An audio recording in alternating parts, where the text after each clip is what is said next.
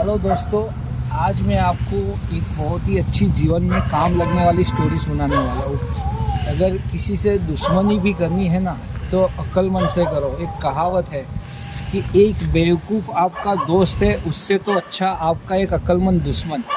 और इसी पर हम प्रूव करने जा रहे हैं। अगर आपका दुश्मन अक्लमंद रहेगा ना तो आपसे दुश्मनी भी निकालेगा ना तो वो अक्लमंदी से निकालेगा।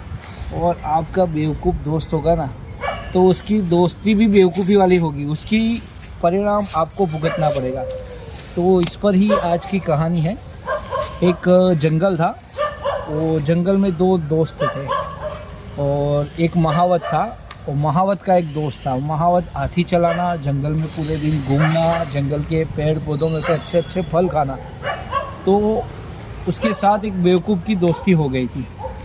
तो वो भी महावत के साथ पूरा दिन हाथी पर घूमता था, अच्छे अच्छे फल खाता था। और जो महावत था ना वो बहुत ही अच्छा इंसान था, बहुत अक्लमंद था। लेकिन हुआ कुछ यूँ, जो अक्लमंद होते हैं ना उनके दिल के इरादे भी बहुत ज़्यादा होते हैं, उनको बहुत कुछ करने का मन होता है। तो नदी के किनारे पे वो लोग एक दिन खड़े थे, आम का पेड़ था, हाथी और सब आम खा रहे थे। तो नीचे नदी जा रही थी, पानी अच्छा था। तो महावत को क्या हुआ, नहाने का शौक़ हुआ।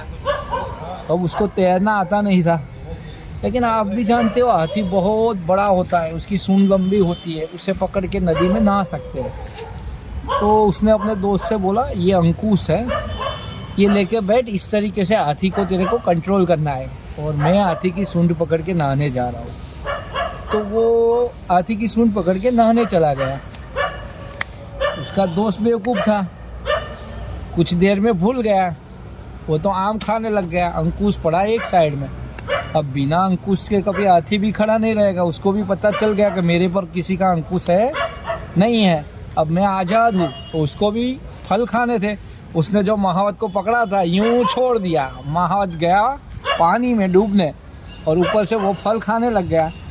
महावत चिल्लाया, अरे भाई मेरे को बचाओ बचाओ। लेकिन वो क्या करता बेवकूफ़, उसे बाद में हाथी को अंकुश करना तो आता नहीं था। अगर आता तो महावत को बचा लेते। तो इसमें गलती किसकी थी? एक अक्लमंद आदमी ने बेवकूफ़ का भरोसा किया ही क्यों, कि उसमें उतनी अक्लमंदी नहीं थी। तो एक बेवकूफ़ की गलती किसने भुगती?